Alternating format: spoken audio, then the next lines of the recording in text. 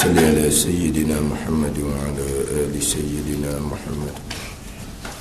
أعوذ بالله من الشيطان الرجيم. بسم الله الرحمن الرحيم. الحمد لله رب العالمين، والصلاة والسلام على سيد المرسلين وعلى آله وصحبه أجمعين.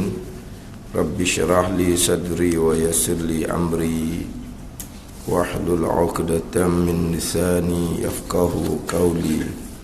سبحانك لا علم لنا إلا ما علمتنا إنك أنت العليم الحكيم.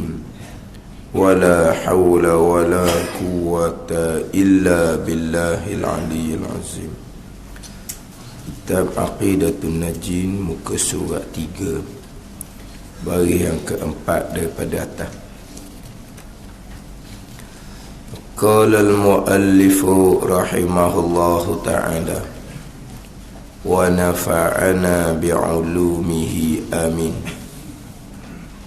Kata Syekh Sanusi, nama Muhammad bin Yusuf. Bismillahirrahmanirrahim. Kalau kita undur belakang sikitnya, maka sekarang aku masuk, kata Syekh Zainul Abidin bin Muhammad Al-Fatani, pengarang kitab Aqidatun Najin. Maka sekarang selesai dah mukadimah kitab, aku masuk pada yang dimaksudkan. Mana yang dimaksudkannya dengan dengan menterjemah dan mensyarahkan akan matan Ummul Barahin bi'aunil malikil ma'bud, dengan pertolongan Allah Ta'ala, raja yang disembah. Maka aku pun kata Syekh Zainul Abidin, dan dengan Allah jua beroleh taufik. Biasa kalau kita dengar agak wabillahi taufik, dan dengan Allah jua beroleh taufik. Kata Syekh Sanusi, Bismillahirrahmanirrahim. Kalau nak moleknya, kurungan tu kurungan sebelum daripada Bismillah, bukan kurungan sebelum daripada kata Syekh Sanusi. Hak macam haji dah. Boleh ambil sebelum pada Syekh Sanusi. Jadi nak moleknya kurungan, mula di Bismillahirrahmanirrahim. Kata Syekh Sanusi tu kok luar lah atau moleknya. Sebab Bismillahirrahmanirrahim ni dalam matan Ummul Barahin.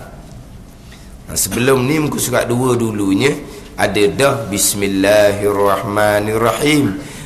Tu Bismillah, kita Aqidatun Najin. Bismillah, Syekh Zainul Abidin bin Muhammad, kita Aqidatun Najin. Ni Bismillah dalam matan Ummul Barahin. Lepas Bismillah, di bawah tu Alhamdulillah. Lepas tu bawah sekali wassalatu wassalamu ala Rasulillah. Tu hak matan Ummul Barahinnya. Hak minggu lepas saya kata tanda lah tepat hak matang dia tu. Dia kah aja. Bismillahirrahmanirrahim. Alhamdulillah wassalatu wassalam ala Rasulillah. Hak musuh 50, i'lam annal hukmal aqliya yanhasiru fi salasati aqsam. Musuh 5 tu jauh. Hak tu hak matan Ummul Barahin. Hak di luar tu adalah terjemahan hak Syekh Zainul Abidin, itu Aqidatun Najin. Kemudian disertakan dengan syarahan dia, huraian dia, atau Aqidatun Najin. Hak matangnya Alhamdulillah wassalatu wassalam ala Rasulillah. Ni kalau kita tengok dalam sekurang-kurang rukun khutbah Jumaat gitu lah. Sekurang-kurang rukun khutbah Jumaat, naik berdiri Alhamdulillah wassalatu wassalam ala Rasulillah, ittaqullah, qul huwallahu ahad. Lepas tu duduk. Selesai khutbah yang pertama. Naik khutbah yang kedua, Alhamdulillah wassalatu wassalam ala Rasulillah. Ittaqullah rahimakumullah, aqimus salah. Buat sembahyang lalu kan. Kan? Itu jelah. Sebab di rukun khutbahnya pujian kepada Allah, selawat kepada Rasul, pesan takwa. Itu 3 rukun khutbah pertama dan kedua. Pujian alhamdulillah, selawat wassalatu wassalam ala Rasulillah, pesan takwa ittaqullah. Khutbah pertama kena baca satu ayat Al-Quran, qul huwallahu ahad. Dah. Khutbah kedua kena ada doa, rahimakumullah. Habis kena. Tu sedang molek. Suka dia orang lah, orang ramai mari. Ni khutbah kadang-kadang lenguh kita duduk congok. Lenguh 40 minit, kadang-kadang sejam.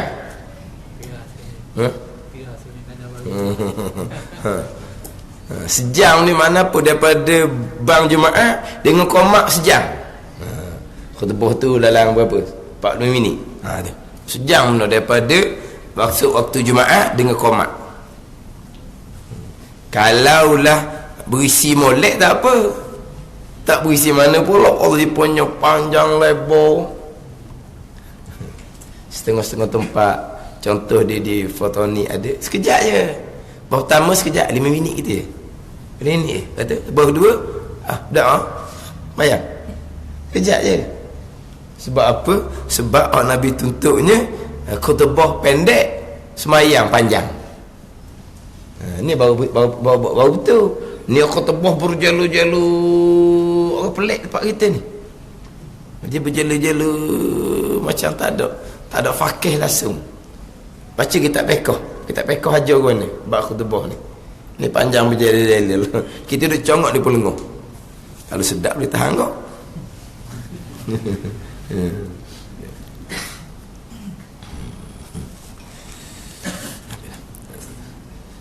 Jadi tandilah hak matan Ummul Barahim tu.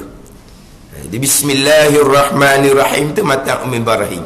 Kata Syekh Sanusi Muhammad bin Yusuf As-Sanusi Al-Hasani, memulai hak ni hak Syekh Zainul Abidin nak menghuraikan hak matan Ummul Barahim, memulai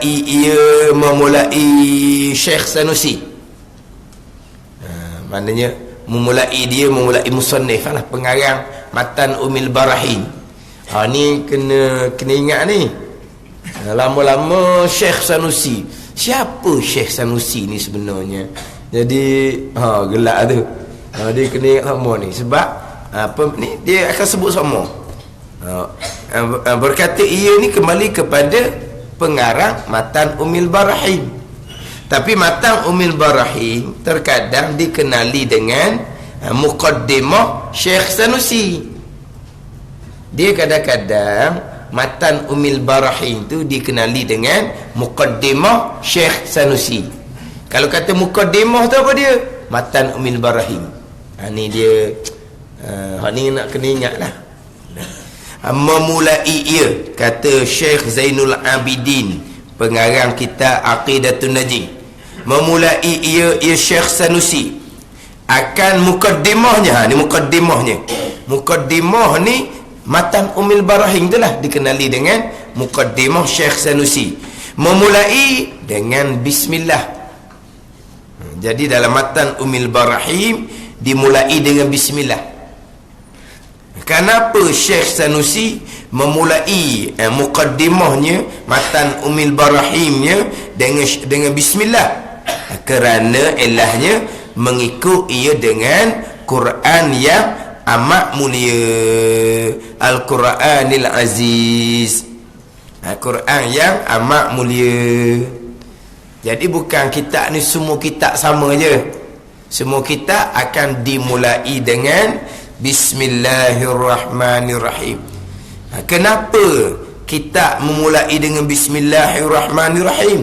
Kerana kerana iqtidak dipanggil, kerana meniru, kerana mengikut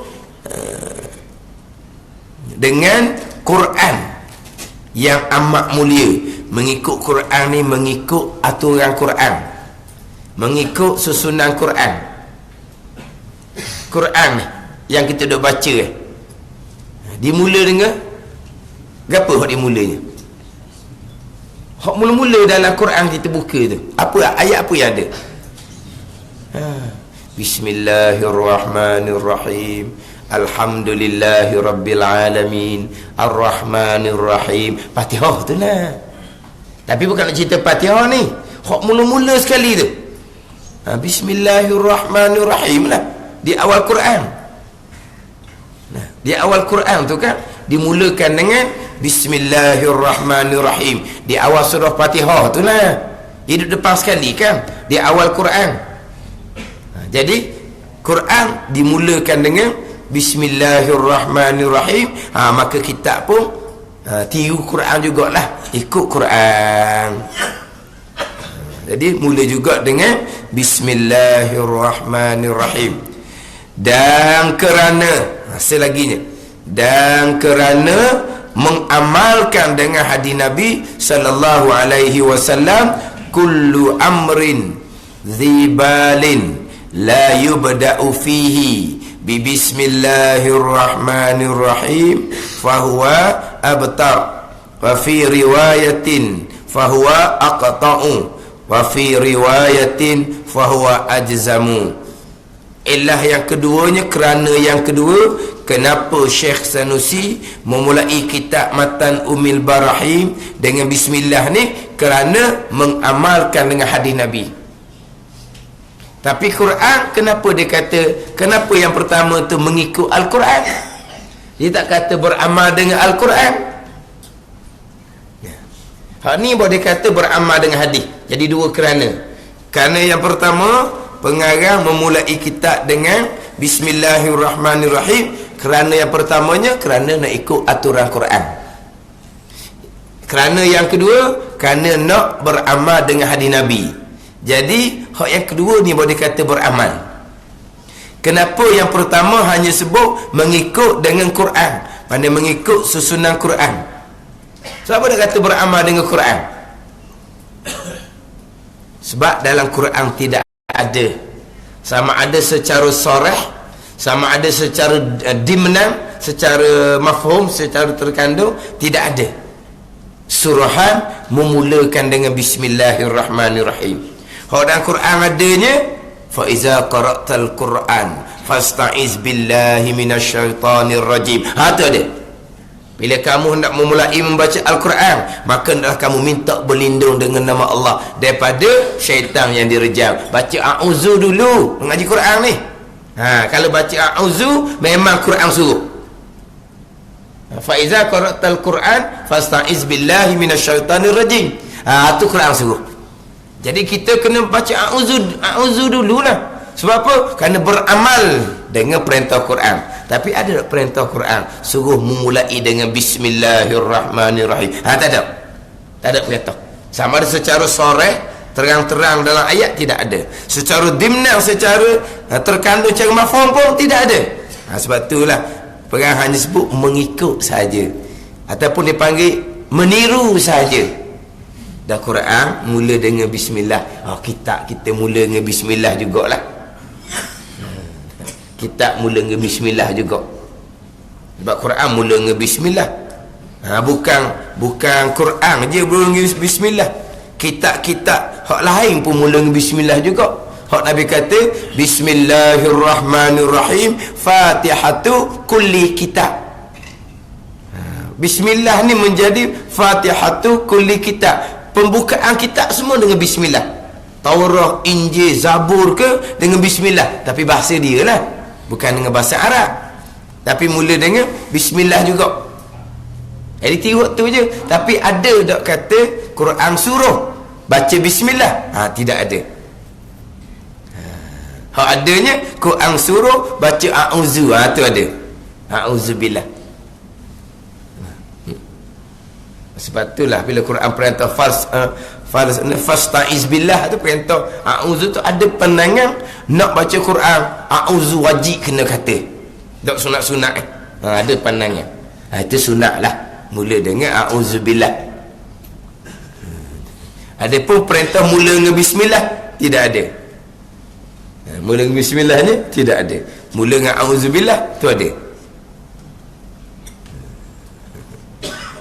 Tapi biasa timbul a'udzu dengan bismillah ni, biasa timbulnya kalau nak sambung bacaan Quran, hak kita berhenti sebelum tu tapi di tengah surah. Kita terdahulu kita baca Quran, kita berhenti di tengah surah. Kemudian kita nak mengaji Quran pula, nak mula balik ni di tengah tu lah. Sunat dak, timbulnya sunat dak baca bismillah. A'udzu tu tak ada khilaf tu. Sunat kena baca a'udzu dulu. Tapi bismillah sunat ke tak? Sebab di situ tak ada bismillah. Kalau di awal surah tu adalah bismillah. Sekarang ni kita nak mula start baliknya, hak kita berhenti ngaji Quran sebelum ni di tengah surah. Sebelum nak sambung tu sunat tak sambung dengan mula dengan bismillah. Kalau fiqh Syafi'i kita sunat mula dengan bismillah. A'udzu tak khilaf tu. A'udzu lah dulu. Tapi bismillah sunat tak kata. Sunat dalam pandangan dalam mazhab Syafi'i kita. Tapi ini jarang orang amal. Jarang orang amal. Contohlah kalau imam membaca surah dia ambil di tengah surah, dia baca surah ayat apa ambil tengah. Dia tak ambil muqaddam ni. Wadduha alhani Allah, wadduha alha, hak tu semua wattin, tak ada orang lain. Inna anzalna, hak tu le je dia kata. Dia pun ambil tengah surah. Kalau ambil tengah surah tu hafaz Quran sedap agak dengar, sebab ayat lain-lain. Dia ambil tengah surah, ayat tu le je. Ayat dia baca tu kita pun jadi ingat retek, tak je apa, tapi lillahi ma fis samawati wal ard, hak tu le je dia bacanya. Mana dia bukan hafaz Quran, buat tebuk sikit-sikit, lepas tu baca tu semua. Dah apa beza dengan wadduha alha? Wadduha alha pasal waktu lama. Apa masalah pasal waktu lama? Apa masalah pasal waktu lama? Yang kita nak ubah pasal, kalau kita ngapal Quran tak apa. Dia ambil tengah-tengah surah tu sedap dengar. Dah lah, dia baca ayat-ayat kita je dengar, dia baca pula sedap. Sedap lah kita dengar. Tapi kalau tak hafal Quran, dia ambil tulis je, tak hafal. Apa tu hak sudah lah. Tu hak afdal, ittifaq. Itu hak afdal. Afdal baca surah dalam solat ni surah yang kamilah, surah yang sempurna, ada permulaan ayat dan ada penghujung ayat. Itu hak afdal. Ada permulaan ayat bismillah, ada penghujung ayat, habislah kita baca tu kan sesurah. Itu hak afdal.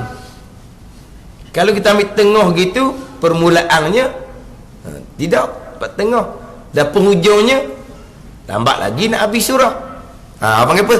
Tengah gitu. Tak afdal. Tapi ittifaq lah ulama fiqh tak makruh kalau ambil tengah gitu, tapi tak afdal. Afdal tetap suratun kamilah, surah yang lengkap, yang ada awal, yang ada akhir. Tu afdal. Tapi bahan yang kita learn ni, dia kata peseng orang tua, dia kata wadduha alha, wadduha alha wattin. Tu je dia kata. Dah apa bendanya? Tu afdal. Kadang-kadang nak tiru etik, baru je ngapa rumah saat ni, ambil tengah surah, lepas tu kokak lekat, padam muka, nak gaya sangat tu, kokak, lepas tu bismillahirrahmanirrahim, wadduha, wadduha pula dah. Ada kot pesan tu. Tu kata kalau orang hafaz Quran, kita sedap agak dengar, sebab tidak makruh kalau dia ambil tengah-tengah surah gitu. Cuma afdal tetaplah suratun kamilah, surah yang lengkap. Kita tu tak sedut malu lah nak baca wadduha alha. Kita jadi tu imam dok sedap dok ustaz-ustaz mari tu baca Quran so belaka. Dia jeput-jeput tengah gitu je, mereka bukan hafal Quran, bukan kita tak kenal dia. Tengok kalau kita ambil tu imam, hak ustaz tu hafal Quran, dia baca surah mana? Dia tahu dia hafal Quran. Tu sedap dengar. Kalau tak hafal Quran tak payahlah. Wadduha alha. Kadang-kadang ambil tengah-tengah ayat ni, tengah-tengah surah, kadang-kadang tempat berhenti pun tak pandai nak berhenti kat mana. Pernah saya dengar sekali tu imam, dia baca ayat wa ma tilka bi yaminika ya Musa, Allahu akbar, rakaat dah. Panggil apa tu? Tak faham ke makna sungguh lah ni. Wa ma tilka bi yaminika ya Musa, Tuhan tanya, apa perkara yang ada di tangan engkau ya Musa? Ayat selepas tu Nabi Musa pun jawablah, qala hiya asaya atawakka'u 'alaiha wa ahshu biha ghanami wa liya fiha ma'arabu ukhra. Ayat selepas tu Nabi Musa jawablah, hak tangan ni tukar aku bertukar dengannya, aku menghalau kambing dengannya, dan bagi aku tukar ni banyak lagi tujuan-tujuan yang lain.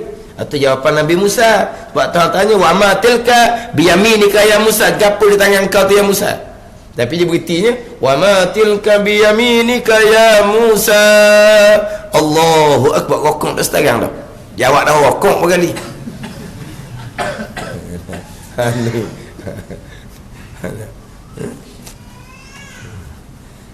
Tapi tak makruh nak ambil tengah surah, tak makruh, tapi tetap afdal suratun kamilah, surah yang lengkap.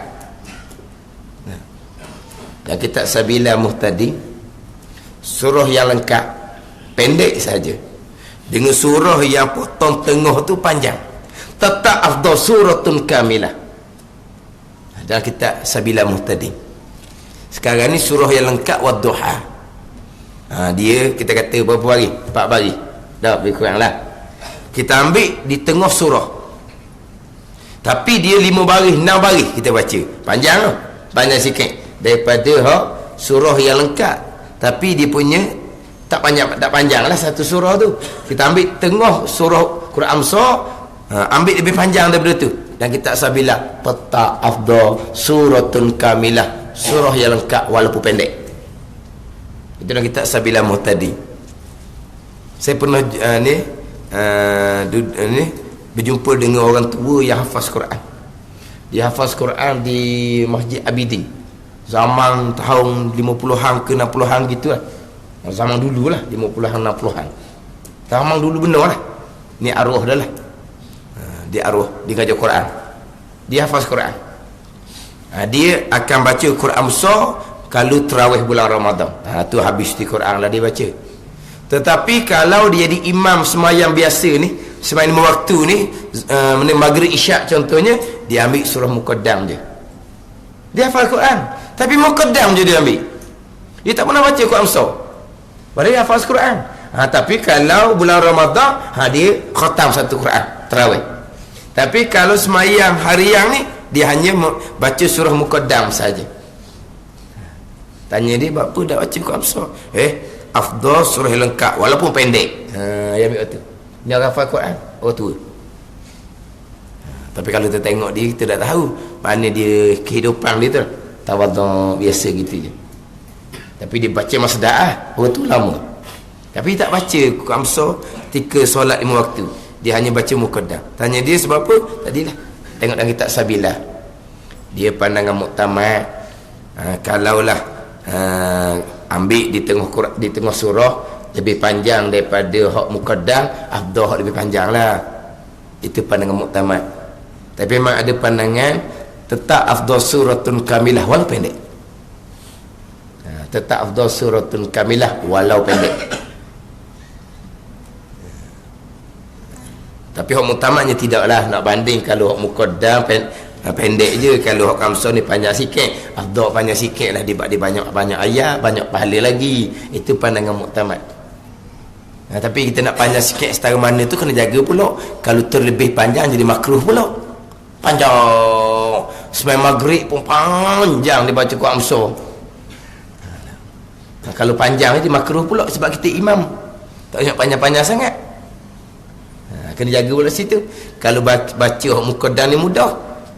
Kalau kata subuh dengan zuhur contohnya, wadduha ke atas. Kalau asar dengan isyak, wadduha ke bawah. Kalau maghrib, alha ke bawah. Mudah kita nak atur. Kalau ambil muqaddam, maghrib, alha ke bawah. Kalau asar dengan isyak, wadduha hingga ke alha. Kalau subuh dengan zuhur, wadduha ke atas no, daripada amal tasallum no. Itu subuh dengan zuhur.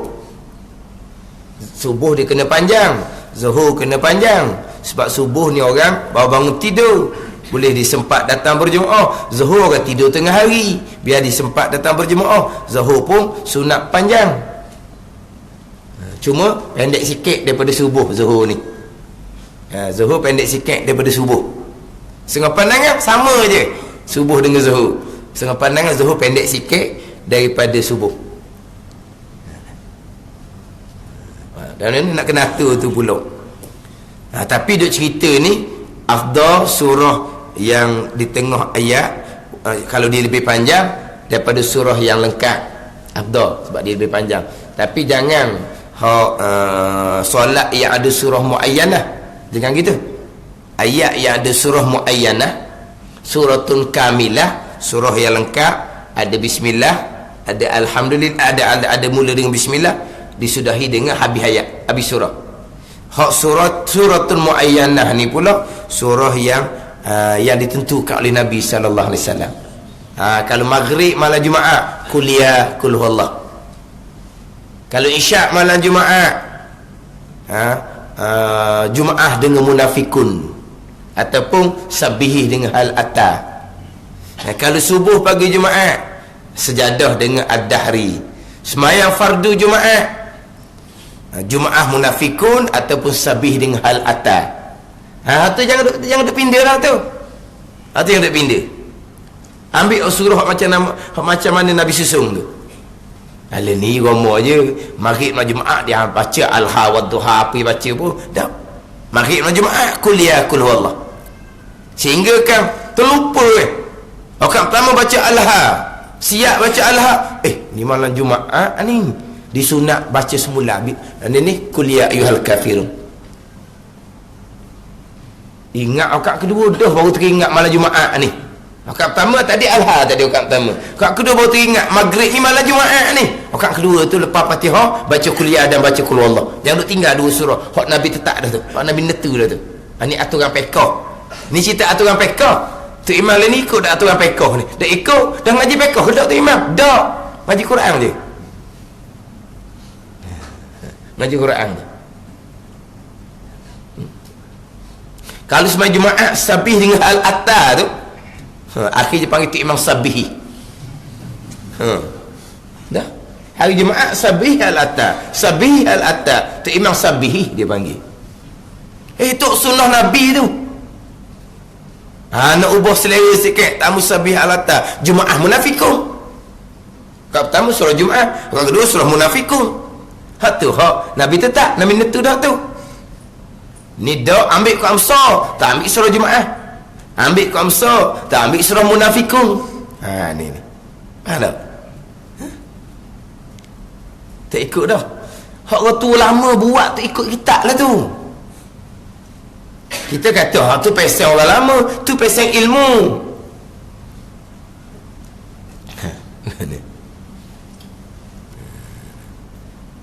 Jadi mana kalau ada surah muayyanah, jangan tukarlah.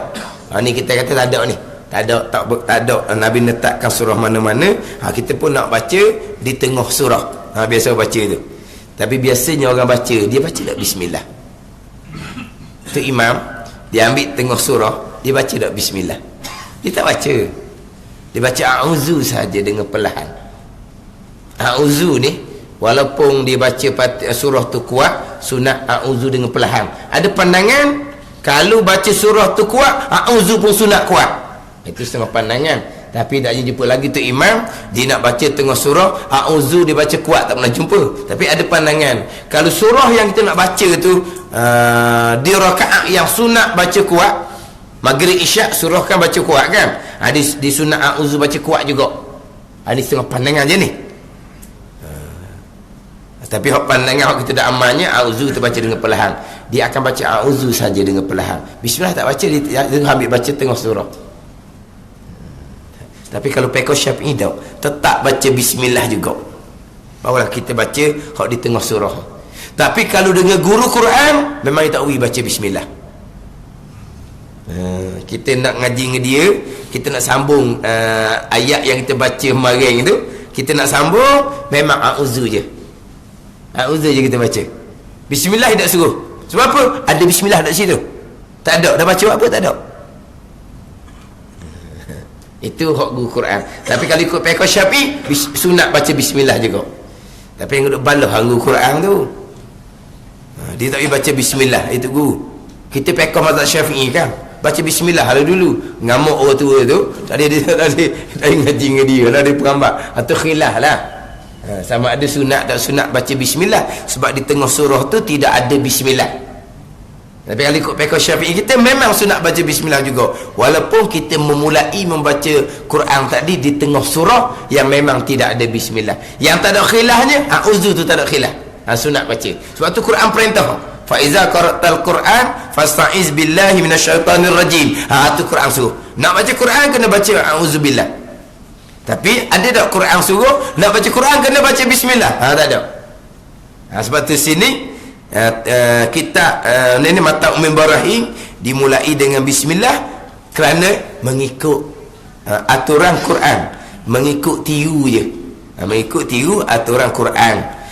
Hadis barulah beramal dengan hadis Nabi sallallahu alaihi wasallam. Apa dia kata dengan beramal? Jadi dua kerana. Kenapa Syekh Sanusi memulai matan Ummul Barahim dengan bismillah?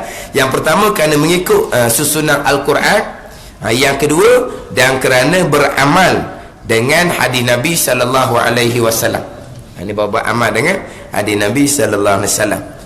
Beramal dengan hadis ni bukan beramal dengan mantuk hadis, beramal dengan mafhum hadis. Dia mantuk hadis ni, lafaz yang Nabi kata tak ada. Memulailah kamu dengan bismillah, tidak ada. Cuma mafhum hadisnya, maksud hadis hak Nabi bersabda depan ni, perbuatan yang baik kalau tidak dimulakan dengan bismillah jadi kurang perbuatan tu, tak comel perbuatan tu, kurang berkat perbuatan tu. Maksudnya kok kalau nak jadi molek baca bismillah, itu dia panggil mafhum hadis, bukan mantuk hadis ni. Contoh macam Nabi kata, bacalah oleh kamu akan bismillah. Itu makna lapar hadis tu terang-terang Nabi suruh baca bismillah. Dia hadis depan ni tak ada. Cuma Nabi kata perbuatan molek tapi tak baca bismillah kurang berkat lah perbuatan tu, gitu je. Dah ada tak dalam hadis ni suruh baca? Tak ada. Tapi mafhumnya, perbuatan molek-molek ni nak jadi berkat contohnya, kenalah baca bismillah. Itu dia panggil mafhum. Mafhum hadisnya suruh kita baca, mafhum je. Tapi mantuk hadis bacalah oleh kamu, tidak. Tak ada hak mantuk hadis. Hak mantuk hadis contohnya tawaddau bismillah. Itu mantuk orang panggil. Berwuduklah kamu dengan baca bismillah. Itu panggil mantuk. Tawaddau bismillah. Berwuduklah kamu dengan bermulai dengan bismillah. Itu baru mantuk. Tapi tak ada lagi dalam hadis suruh mulai kitab dengan bismillah. Itu tak ada mantuk seumur. Lafaz seumur pun tak ada. Tapi mafhum saja. Jadi beramal dengan hadis, yang ini beramal dengan mafhum hadis. Mana hadisnya? Sabda dengan hadis Nabi SAW, kullu amrin zibalin la kullu amrin zibalin la yubda'u fihi bi bismillahirrahmanirrahim fahuwa aqta'u abtaru wa fi riwayatin fahuwa aqta'u wa fi riwayatin fahuwa ajzamu. Terjemahannya, artinya tiap-tiap pekerjaan yang mempunyai cita-cita, pekerjaan yang penting pada syarak, yang mempunyai cita-cita zibaling ni, dengan makna tiap-tiap perbuatan yang penting pada syarak, yang bernilai pada syarak. Perbuatan mana yang dicita-cita, perbuatan yang bernilai pada syarak ni? Perbuatan yang tidak haram, perbuatan yang tidak makruh, dan bukan pula perbuatan-perbuatan yang dipanggil yang lekeh-lekeh tu, yang safasif dia panggil, safasifil umur. Mana perbuatan yang kotor-kotor tu lah. Kalau perbuatan kotor-kotor, dah kita tengok misalnya kita nak kamil baja daripada tahi contohnya, itu pekerjaan yang lekeh-lekeh tu. Tu pekerjaan tu tak payahlah baca bismillah contohnya. Jadi perbuatan yang penting pada yang mempunyai cita-cita ni, mana perbuatan yang bernilai, perbuatan yang penting pada syarak, makna apa? Perbuatan yang tidak haram, perbuatan yang tidak makruh, yang tiada dimulai di dalamnya, di dalam pekerjaan ni dengan bismillahirrahmanirrahim. Perbuatan ni perbuatan hak molek ni, perbuatan hak comel ni, tapi pakai mula gitu je, tak baca pun bismillahirrahmanirrahim. Maka iaitu tiap-tiap pekerjaan yang mempunyai cita-cita, yang berdilai pada syarak tapi tidak dimulai dengan bismillah, maka iaitu abtar, artinya terpotong. Terpotong mana ni? Terpotong pihak ekor. Dan pada suatu riwayat hadis lainnya, aqta'u ni dengan makna abtaru diterjemuh dengan terpotong pihak ekor. Dan pada suatu riwayat aqta'u, mana terjemahan dia? Tak ada orang. Dan pada suatu riwayat ajzamu, gitu ya? Dia tak ada terjemahan. Pada terjemahannya abtar tu jadi terjemahan. Apa makna abtar? Fahuwa abtaru tu. Apa makna abtar? Artinya terpotong pihak ekor. Dan pada suatu riwayat hadis lain pula, fahuwa aqta'u kullu amrin zibalin la yubda'u fihi bi bismillahirrahmanirrahim fahuwa aqta'u. Ada hadis lain pula. Hadis lain pula, kullu amrin zibalin la yubda'u fihi bi bismillahirrahmanirrahim fahuwa ajzamu. Ada 3 riwayat ni. Ada fahuwa abtaru, ada fahuwa aqta'u, ada riwayat hadisnya fahuwa ajzamu. Tapi abtaru artinya terpotong pihak ekor. Lepas tu aqta'u tak terjemuh dah. Ajzamu tak terjemuh. Lepas tu bukan qamuh lah. Qamuh Marbawi ada kan? Ada tak qamuh Marbawi di rumah? Ada tak? Tak ada. Qamuh Marbawi ada? Ada? Ada? Takut tak ada qamuh Marbawi ni. Ada qamuh Melayu putih je. Melayu bahasa Inggeris ada kan? Qamuh Marbawi tak ada. Allah. Kan? Anak cucu tak ada sekolah dar. Ada tak anak cucu sekolah dar? Sekolah dar, kitab-kitab dia bahasa Arab. Kalau anak cucu balik rumah tanya ayah tak okey, ni makna apa ayah? Mana? Kalau kamu Marbawi tak ada. Kalau kamu baru boleh cari tengok. Tak pandai pula nak cari tengok. Gohok gitu. Ayah. Kalau tanya ayah hok pasal putih, ayah boleh jawab. Ni hok bahasa Arab, ayah tak boleh jawab ni. Jadi dia buku dia hok dar tu. Jadi buku dia bahasa Arab. Ada penjumpa ibu bapa, adik ibu bapa komen. Dia kata buku bahasa Arab. Kita mak ayah ni, dia kata tak reti langsung bahasa Arab. Jadi kalau anak-anak balik tanya apa makna, Nuh kadang-kadang cari mak dara tu, telefon semari. Mak dara. Adik-beradik mak ayah ni dah hak sekolah Arab. kena panggil dia mari. Dah, mak ayah tak reti langsung. Kalau ada kat kaum Marbawi, takut tak reti pula nak cari. Dia ada kat kaum sikit. Ajzamu an aqta'u mana apa? Ajzamu mana apa? Bertaru je dia terjemah dengan terpotong pehok ekor. Mana apa? Kudung ekor lah. Bertar. Aqta'u ni terpotong. Terpotong ni dia umum. Terpotong belah kepala ke belah ekor ke tak kira. Itu aqta'u. Ajzamu ni macam penyakit ni penyakit pecah-pecah tu. Tu ajzam, juzam. Penyakit ni kusta pun ke? Penyakit pecah-pecah tu. Lama-lama jadi luruh. Macam manis ke? Macam manis pun gitu lah. Macam manis pasal lain tau. Dia jadi hitam, jadi luruh. Ajzam ni dia penyakit kulit. Tu ajzam. Dia penyakit pecah-pecah. Kadang-kadang jadi luruh dagingnya. Itu penyakit ajzam. Ajzam asal makna lah. Dia abtar ni terpotong ekor, aqta' ni terpotong je lah. Kalau ajzam ni penyakit pecah-pecah. Apa maksud kata abtar ke aqta' ke ajzam, dan makna, ini makna hadis atas tiap-tiap 3 riwayat ni makna apa? Bahawasanya kurang barakah. Tengok situ. Makna kata abtar ke aqta' ke ajzam ke mana apa? Qalilul barakah. Dan juga makna apa? Naqis, kurang sempurna.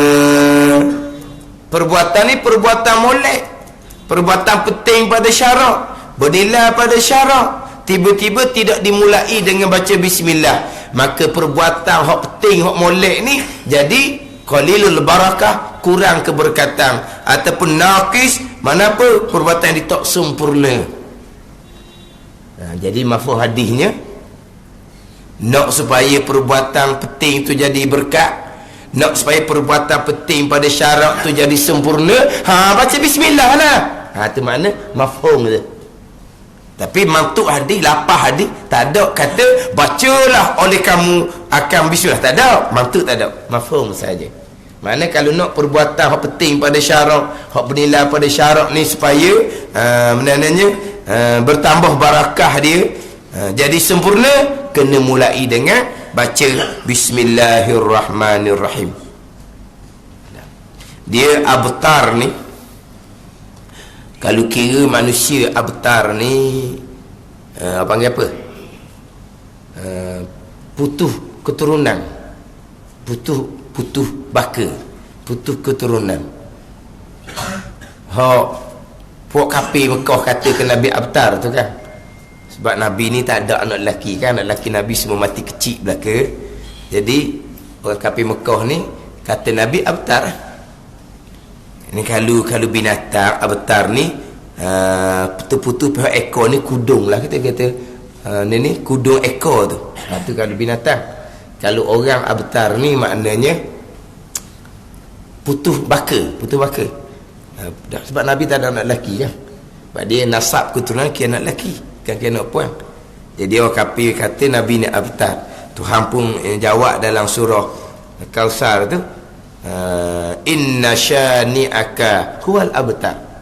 Sesungguhnya orang yang membenci akan dikau ya Muhammad, orang yang benci akan dikau itulah yang putus baka, putus keturunan lah. Sebab apa? Kalau orang yang benci engkau yang Muhammad mati kafir, kalau mati kafir, walaupun anak ramai mana sekalipun, putus keturunan. Sebab apa? Masing-masing tak ada seorang pun anak-anak boleh tolong. Putus apa itu? Abtar tu. Inna syani'aka wal abtar. Orang benci kamu tu yang Muhammad, yang abtar. Sebab apa? Kalau dia mati kafir, walaupun anak dia masuk Islam, macam Abu Jahal mati kafir, anak Islam. Macam Abu bin Ubay mati nifak, tapi anaknya mukmin. Apabila anak ni Islam mukmin ni, adakah berhubung dengan ayah mati kafir? Putus, tak ada. Itu abtar. Walaupun anak ramai sekalipun, tapi kalau mati dalam keadaan kafir, mung aku masing-masing terputus dah, tak ada hubungan. Itu abtar. Inna syani'aka huwal abtar. Hak mati kafir itu abtar. Sama lah kalau kita mati dalam keadaan su'ul khatimah wal iyazabillah, husnul khatimah, al maut alal iman. Kata Imam Asy'ari rahimahullah, mati dalam keadaan iman selamat. Kalau su'ul khatimah ni mati dalam kufur wal iyazabillah, mati kufur ni abtar. Abtar kalau mati kufur. Abtarnya ke mana? Walaupun anak dia, cucu dia soleh-soleh belaka, alim lagi, soleh lagi, boleh ditunggu lagi, buka pondok lagi anak-anak ni, tapi mak ayah kalau mati dalam keadaan kufur, abtar, tak ada, terputus, tak ada mana pak sikabuk pun daripada anak-anak cucu ramai mana pun baik-baik. Abtar tu kalau mati kufur. Yelah, kadang-kadang ada juga ibu bapa bagus, dia sungguh suruh anak dia ngaji agama, dia sungguh supaya dia ngaji agamanya duk pondok, tapi dia mak ayah belajar tak mau. Ada kat balas tu, anak dia suruh ngaji sangat, pondok belaka, anak duk pondok belaka, dah ayah mak belajar ke tak? Tak belajar. Lepas tu nak kira macam mana? Baguslah tu suruh anak ngaji agama duk pondok, tapi kita mak ayah ni guna pula pernah belajar agama ke tak? Ilmu untuk memastikan kita ni beriman dengan Allah Subhanahu wa ta'ala, tidak kufur dengan Allah Subhanahu wa akidah ni. Ini tak tidak kufur dalam bab pegangan. Bukan kufur nikmat tu. Kufur nikmat tu orang derhaka kepada Allah. Itu kufur nikmat. Ni kufur pegangan. Nak pastikan kita ada ilmu tak, nak pastikan kita ni beriman dengan Allah, tidak kufur dalam bab iman akidah kita. Kalau tak ada tu, anak alim macam mana soleh macam mana pun abtar lah. Kalau mati dalam keadaan tidak beriman dengan Allah, tidak beriman dengan Rasul, abtar dia panggil.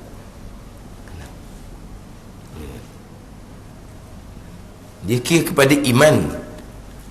Sebab tu orang mati, dia mati dalam keadaan beriman dan soleh. Itu raudhatun min riyadil jannah lah, tu kebun syurga. Ada orang mati kufur lah, tak ada benda tu ni, abtar lah, mati kufur. Ada orang mati kadang beriman tapi banyak dosa, tu masih lagi ada harapan. Sebab apa? Sebab catatan amalannya masih lagi dicatat. Sebab anak cucunya soleh, buat amal kebajikan, maka dia dapat pahala,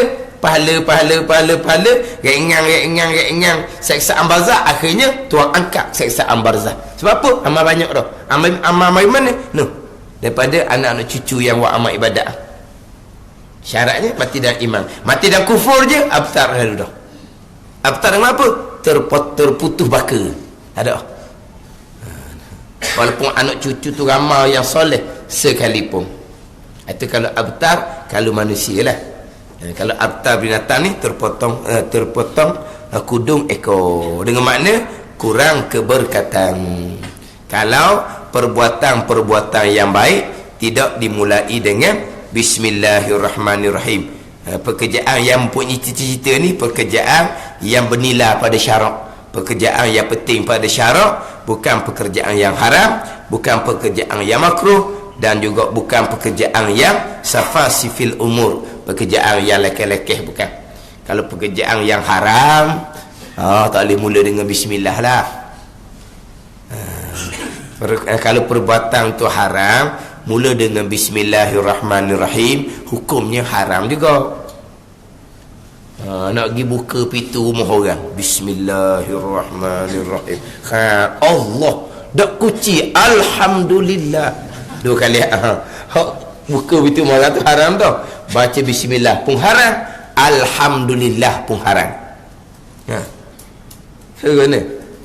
Dan itu kerjaan apa tu? Kerjaan haram. Ataupun dia nak tulis nombor ekor, nombor nombor ekor, tak nak nombor ekor, bukan sama ekor ni, nombor ekor. Orang gila nombor ekor ni dia pelik sikit. Tengok orang accident jembur selalu, bukan jembur nak tolong, nak ambil nombor patah tu nombor berapa. Jadi nombor accident tu pulaknya dia nak ambil nombor. Ni orang gila ni gitulah.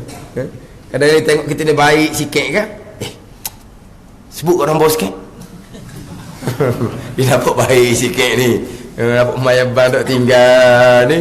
Dia sebut nombor. Tak udah nak gapo dia. Tak udah. Sebut nombor je nak beli. Kalau kena naik, kumung lalu tak nombor. Ada seorang tu gila dia jumpa Tok Guru tu. Tok Guru tu waris dia. Dia jadi pening dah duit. Dia jeng, dia nega jeng. Dia sanggup jumpa Tok Guru waris dia tu minta nombor ekor. Bayangkan. Tapi dengan waris dia ni dia berani dah sikit anak beranak. Kalau orang lain buat gitu gandeng dengan kayu lah jawapan dia. Apa benda ni? Tok Guru pun nasihat lah, beradong lah nasihat. Ni anak beranak dia ni bukan orang lain ni. Hak mari pelak minta nombor ekor ni. Tak dia nak gandeng ni anak beranak Nasihatlah Tok Gurunya ke dia. Belang-belang nasihat, belang-belang Tok Guru ni katok kereta tu. Ni jangan buat gini lah. Belang katok kereta Tok Guru ni. Okey, balik lah dia. Kena nombor Tok Guru tu naik, dia kata. Ni. Itu dia punya tafsiran dia lah, tafsiran orang gila ni. Tafsiran dia. Dia kata nombor kereta Tok Guru tu naik. Maksud Tok Guru ni dia katok-katok setengok nombor kereta dia. Dia punya tafsiran dia. Tafsiran orang gila ni kan. Orang gila tafsiran dia macam-macam tau. Tapi Tok Guru tak boleh kata lah ambil nombor ni lah. Tok Guru tak boleh kata gitu. Tapi masa Tok Guru blebel ke dia nasihat dia tu, Tok Guru katok kereta dia. Kamu jangan. Maksud gitulah. Kena nombor kereta Tok Guru naik. Anda tahu nak kata Tok Guru ni.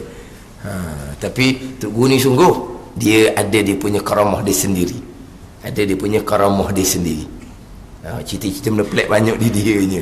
Tapi punya gila sanggup je betul minta nombor ekor. Dia nak tulis nombor ekor, nak tulis nombor. Nombor ekor ni dia ada nombor pendek, dia ada nombor panjang. Kalau nombor panjang tu kalau hadiahnya besar sikit tau. Kalau nombor pendek tu hadiah dia tak banyak mana. Dia pun bismillahirrahmanirrahim tulis haram. Hak nombor ekor tu haram tau. Ni hak baca bismillah ni haram. Itu pekerjaan haram tu. Itu bukan pekerjaan yang pekerjaan yang dicita-cita pada syarak. Itu pekerjaan yang haram. Sama juga dengan pekerjaan yang makruh. Pekerjaan yang makruh dimulai dengan baca bismillah. Tapi haram ke makruh ke, kalau kita buka dalam kitab-kitab fiqh dipanjanglah huraian dia. Haram di sini haram di zati. Bukan haram aridi, dia panggil haram zati. Memang pekerjaan tu haram. Naik rumah orang nak curi, itu memang pekerjaan haram. Judi itu memang pekerjaan haram. Minum arak itu memang pekerjaan haram. Adapun kalau minum air biasa, minum air itu benda haram kan? Tetapi air kepunyaan orang lain, kita minum tanpa keizinan, hukumnya apa? Hukumnya haram. Haram aridi dia panggil. Haram kerana tanpa izin tuang dia. Asal hukum minum air ni haram. Asal hukumnya zatih dia. Asal hukum minum air haram. Jadi haram kerana lain. Adapun minum arak memang haram. Diri minum tu haram. Bukan haram kerana arak tu punya orang. Kalau arak punya sidak haram, bukan. Semata-mata minum arak tu haram. Dia panggil haram zati. Minum air haram, tapi air kepunyaan orang lain tanpa keizinan. Haram kerana lain. Dia panggil haram aridi, dia panggil. Haram kerana sebab lain. Maka haram aridi ni sunat baca bismillah. Hak kata perbuatan haram dimulai dengan baca bismillah. Haram zati, memang diri perbuatan tu haram. Minum arak tu memang haram. Atau boleh haram baca bismillah. Tapi kalau minum air orang lain tanpa keizinan, hukumnya haram. Kalau baca bismillah jadi berkah, ada. Tapi cuma nak ceritanya, hak tu tidak diharamkan baca bismillah. Contohnya, dia makan minum, hak harus inilah. Tapi sumbernya riba, sumbernya menipu, itu semua tu haram. Tapi haram aridi dia panggil. Hak dia duk makan minum tu benda haram. Tapi kenapa jadi haram? Kerana sumber riba, kerana sumber menipu, kerana sumber rasuah. Haram kerana tu, maka makan ni tetap sunat baca bismillah. Hak haram kerana sumber tu dosa lain kan? Dia panggil haram aridi, dia panggil. Makan minum hukum asal haram kerana kih lain, haram kerana sebab lain, dia panggil haram aridi.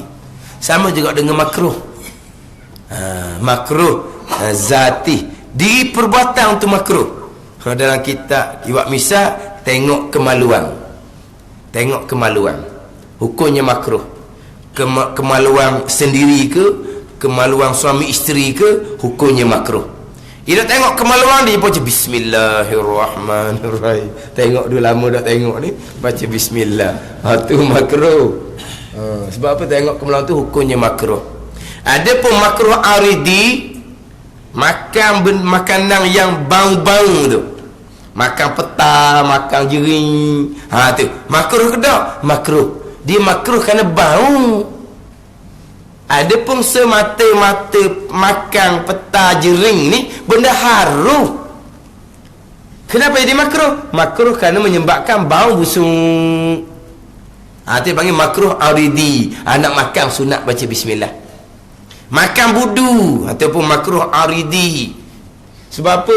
Budu ni, kalau kira lah budu ni cara buat satu hal. Kalau kira budu ni, dia ikan bilis tu dia capur dengan perut-perut. Dia capur dengan tahi-tahi yang buat budu tu kan? Ni tengok tau. Jadi sedap tu bakal ni. Sedap sungguh. Jangan duk suka. Jadi dia capur dengan kan dia punya bilis tu, kan dia bubuh sekaligus dengan perut, dengan tahi dia bubuh sekaligus. Sebab tu budu tu najis. Kena pakaian kita kena basuh untuk solat, cuma dimaafkan pada makan. Itu je. Pelik pula jadi kan. Ada najis lah, sebab dia campur dengan tahi, campur dengan perut. Tapi dimaafkan pada makan. Sebab apa? Susah kita nak buat. Seko ni nak perisi, nak buang dia punya perut, buang dia punya tahi. Dah dikira wudu lah yang paling. Maka dimaafkan pada makan. Tapi nak ceritanya tak comel. Sebab tu hukum makruh. Tapi makruhnya sedap. Tu tak ada nak lawang lah. Makruh tapi sedap. Kalau ada wudu tak paling orang lain lah. Tapi tak beli wudu. Botol wudu tak ada, tak beli. Tapi kalau pergi rumah orang, wudu sebelah, gapa sebelah, tak kira lah ayam ke apa ke, dah laku dah bahan wudu. Tapi kalau beli dah. Tapi kalau ada, lepas selesai makan berdepeh, bersing lalu. Lepas tu lama-lama sakit tekak nak ngajar tak boleh. Seduang. Sebab begitu gatal. Sebab apa gatal? Hati di makruh tu tak comel mana. Dia jadi gatal. Tapi kalau kita nak makan nasi dengan budu ni, tak baca bismillah sebab makruh. Tak baca bismillah. Dah kata kalau benda makruh baca bismillah. Makruh hak asal. Hak ni makan tak makruh. Makruh kerana kerana tu. Kerana lain buat timu makruh. Sunat baca bismillah.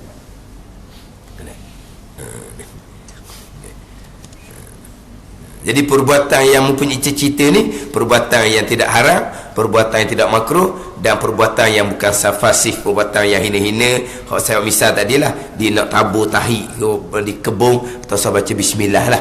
Sebab tambahlah baca bismillah ketika kita buat kerja kotor-kotor tu. Dia panggil safasifil umur. Kemudian bab hukum baca bismillah ni, dalam kitab pekoh dia panjanglah ceritanya. Ada hukum yang wajib, ada hukum yang sunat. Wajib kok bismillah dalam Fatihah lah. Bismillah dalam Fatihah tu hukumnya wajib. Sebab Fatihah salah satu daripada bismillah salah satu daripada ayat Fatihah. Itu dalam mazhab Syafi'i kita lah. Dalam mazhab Syafi'i, dalam mazhab Hambali, bismillah adalah satu ayat daripada ayat Fatihah. Mazhab Hanafi, Maliki, bismillah bukan satu ayat daripada Fatihah, dan bismillah bukan satu ayat daripada tiap-tiap awal surah. 113 surah tu. 113 surah tu dia ada 114. Dia ada bismillah belaka. Hak tu semua bukan Quran. Bukan kata bismillah sebelum Fatihah saja bukan Quran. Bismillah sebelum Al-Baqarah pun bukan Quran. Bismillah sebelum An-Nas pun bukan Quran. Sebelum Al-Falaq pun bukan Al-Quran. Sebab tu mereka membaca surah tidak dimulai dengan bismillah. Sebab bismillah itu bukan ayat Quran. Cuma diletak bismillah kerana untuk menceraikan antara satu surah dengan satu surah yang lain. Cerainya bubuh bismillah. Itu pandangan mazhab Hanafi, mazhab Maliki. Tetapi kalaulah bubuh bismillah itu kerana untuk menceraikan antara surah, macam nak menceraikan surah Fatihah dengan Al-Baqarah, Alif Lam Mim tu. Jadi nak cerai antara Fatihah dengan Al-Baqarah ni, sebelum Al-Baqarah bubuh bismillah. Sebab apa? Nak cerai Fatihah ni surah lain, Alif Lam Mim ni surah lain. Dia pun cerai tengah tu apa? Dengan Bismillahirrahmanirrahim sebelum Alif Lam Mim Al-Baqarah. Itu tujuan dia bubuh bismillah. Tapi kenapa sebelum Fatihah bubuh bismillah juga? Sebelum Fatihah di awal Quran kenapa bubuh bismillah? Nak cerai dengan surah mana?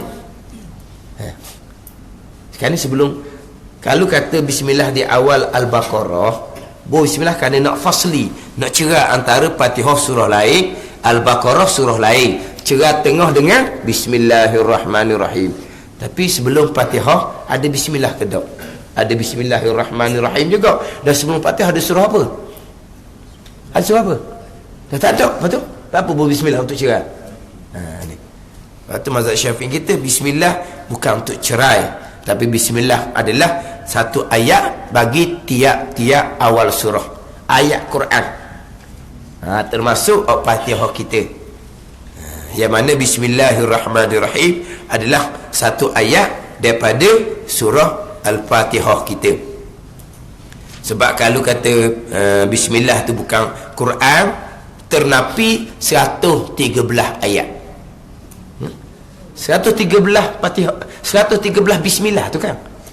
Di tiap-tiap surah 113 surah tu kan ada bismillah belaka. Kalau bukan Quran, ternapi Quran daripada 113 ayat.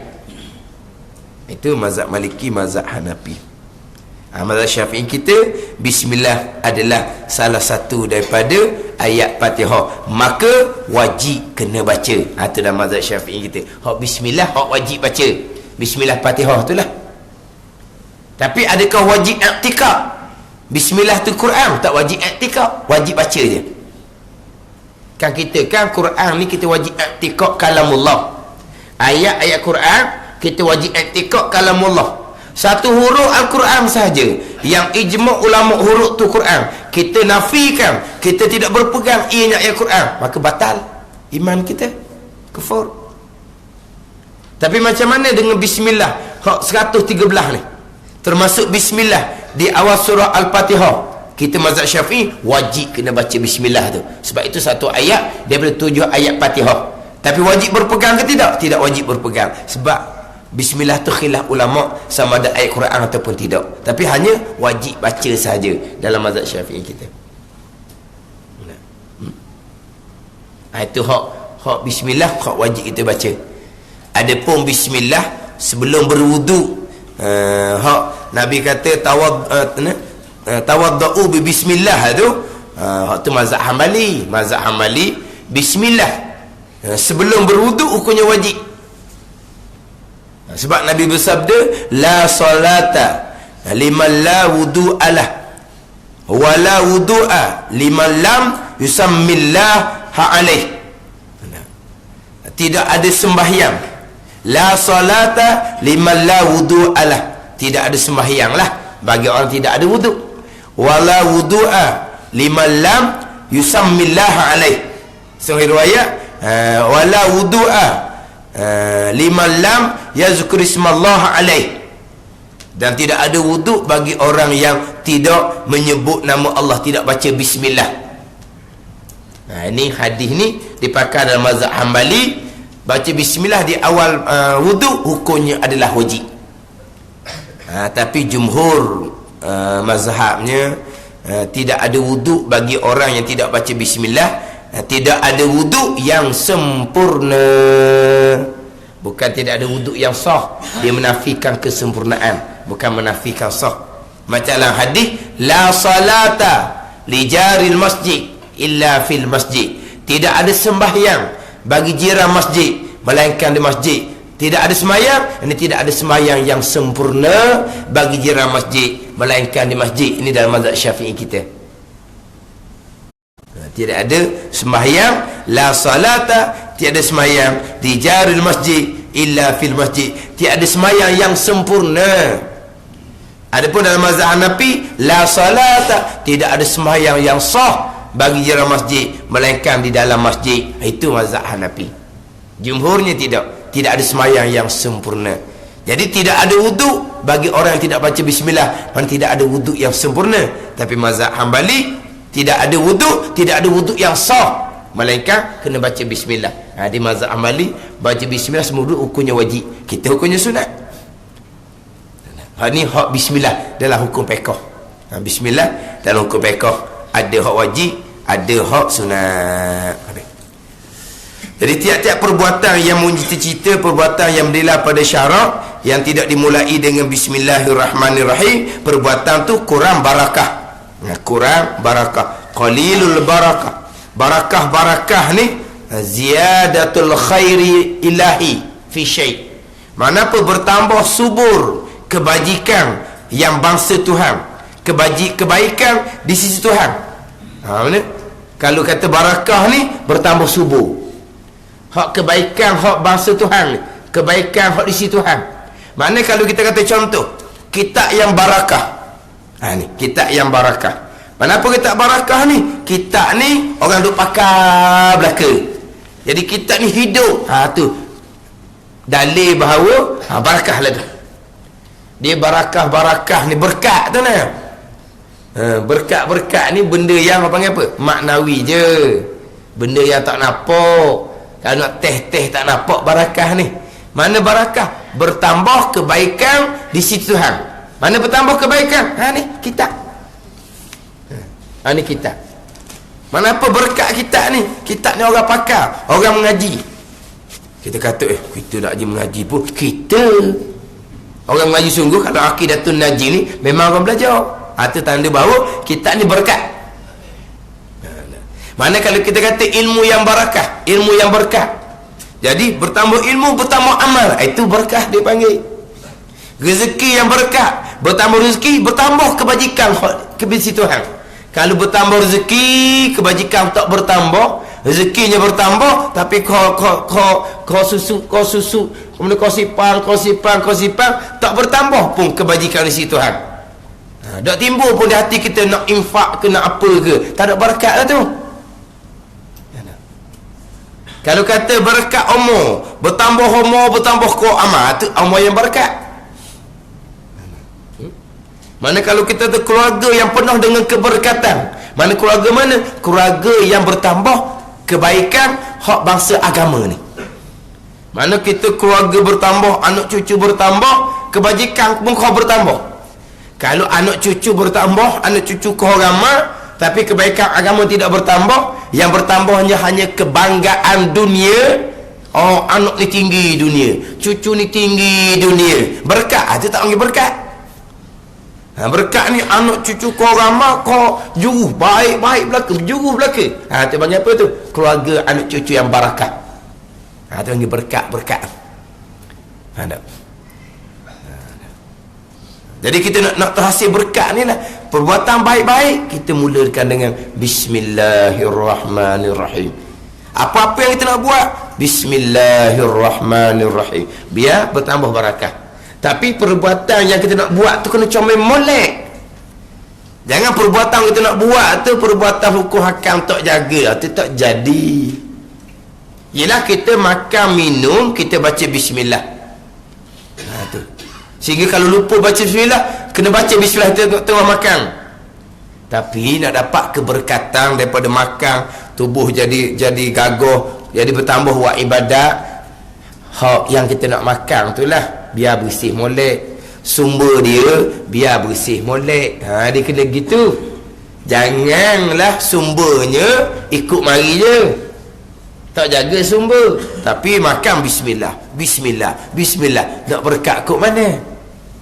Kita mula-mula perbuatan tu perbuatan comel pada syarak, makan sumber-sumber yang bersih, makan yang bersih. Nak bertambah keberkatan, baca bismillahirrahmanirrahim. Dia gitu. Kalau tak baca bismillah, kurang keberkatan. Maka sikit lagi, maka iaitu kurang keberkatan ni. Dan jika tamam ia pada hissi sekalipun, yakni pada zahir sempurna, pada hissi ni, pada pandangan nyata sempurna perbuatan. Kalau karang kita gak pada pandangan zahir gak siap kita, comel kita. Kalau kita learning pula berkilat kita, harga pula beratus, mahalnya. Tu sempurna pada zahir, tiada tamam, tiada sempurna pada makna. Tak ada, hakikinya tak sempurna, tak ada keberkatan. Tapi pada zahir tu nampak macam sempurna. Sebab tu kadang-kadang kitab ni, kitab nampak, yelah kitab-kitab lama ni, kalau tu tengok kot macam tak teliu, tak orang ngaji nak sangat kitab tu. Kitab baru ni berkilat, maka tak teliu mana. Buka pun ayat mudah, tapi orang tak sera nak baca. Atau mengapa tu? Sempurna pada zahir, tapi pada sebenarnya tidak sempurna. Mengapa? Kurang keberkatan. Adapun hak bertambah keberkatan, kitab lama sekalipun, payah ibarat sekalipun, orang pakat nak belaka, orang pakat suka belaka, orang pakat ngaji, lepas belajar pula orang faham, orang boleh amal pula. Kitab ada. Tu bukti bahawa kitab tu barakah. Bila kitab tu barakah, kita dapat ilmu pun ilmu yang barakah, ilmu yang bawa keberkatan kepada kita. Jadi kalau mula dengan bismillah ni, kitab akan jadi barakah. Sebab itulah kalau kita jumpa kitab lama-lama, contohlah kalau terjumpa ada kitab-kitab lama yang mana tulisan tangan, dia tidak ada bismillah di hadapan, dia tidak ada bismillah. Kitab lama ni, kitab tulisan tangan tidak ada bismillah. Kita kena tanggung bahawa pengarang dia baca bismillah dengan mulut tapi tak catat. Kena buat gitu. Ada pengarang baca bismillah di ni dia nak tulis kitab ni, dia pun baca bismillahirrahmanirrahim, tapi ditulis tak tulis, dia tak tulis. Ditulis tak tulis, cuma dia baca bismillah di mulut saja. Kita kena tanggung kot tu. Kalau kita jumpa mana-mana kitab lama tulisan tangan, kitab comel tapi bismillah tak ada, jangan kita kata ni kitab apa ni kurang berkat. Tak ada kata gitu. Kita kena tanggung bahawa tuan dia tak tulis ni, Syekh Sanusi ni tulis benar-benar bismillahirrahmanirrahim. Waktu kita bubuhnya, dia tak tulis bismillah, tapi dia baca bismillah. Dia baca bismillahirrahmanirrahim. Sebab tuan kitab ni sendiri, tiap-tiap kitab yang ditulis bukan kata siap lalu, dia akan ada sambung. Dia tulis bismillah di awal je, di tengah dia tak tulis bismillah, tapi masih nak sambung, dia akan baca bismillah. Itu panggil apa? Bismillah pada bacaan, tidak ada pada tulisan. Cuma bismillah ada tulisannya, di awal dia tulislah bismillah. Tapi tak akan tulis kitab tu siap sekaligus. Macam kita lah, tulis gepa-gepa kan, tak akan siap sekaligus. Berhenti dulu, sambung semula kemudian. Sambung tu kita baca bismillah ke tak nak sambung? Baca bismillah. Tapi tulis tak di kitab kita tu bismillah? Tak tulis dah. Kita padam bismillah di awal je. Mana apa tu? Tengah kita sambung, kita baca bismillah walaupun kita tak tulis bismillah. Sebab tu kalau kita jumpa kitab di awalnya tak ada bismillah, kita kena letak bahawa pengarang baca bismillah tetapi tidak pada tulisan. Itu je. Sebab tiap-tiap perbuatan yang baik, kalau tidak dimulai dengan bismillah, perbuatan tu akan jadi tidak sempurna dan perbuatan tu akan jadi kurang keberkatan. Ketahui olehmu bahawa makna Allah itu nama bagi zat Tuhan kita yang wajibil wujud. Khas ia pada lafaz je dan khas ia pada maknanya. Ni yang panggil syarahan ni. Syekh Sanusinya bismillahirrahmanirrahim. Tadi disebut kenapa pengarang memulai dengan bismillah. Jadi Syekh Zainul Abidin tuang kitab Aqidatun Najim dia cerita dia sebab apa. Sekarang ni hak kita dah baca Bismillahirrahmanirrahim ni, Allah nama bagi apa? Ar-Rahman ni nama apa makna dia? Ar-Rahim apa makna dia? Ni dipanggil syarhan, huraian. Hak kita Aqidatun Najim. Wallahu a'lam. Bismillahirrahmanirrahim. Alhamdulillahirabbil alamin wassalatu wassalamu ala sayyidil mursalin wa ala alihi wa sahbihi ajma'in. Allahumma iftah alaina futuhal arifin. Allahumma allimna ilma akdamin wa fahimna famas sabiqin warzuqna riqat talibin. Allahumma zidna ilman wa alhiqna bis salihin. Wa sallallahu ala sayyidina Muhammadin wa ala alihi wa sahbihi wa sallam. Walhamdulillahi rabbil alamin.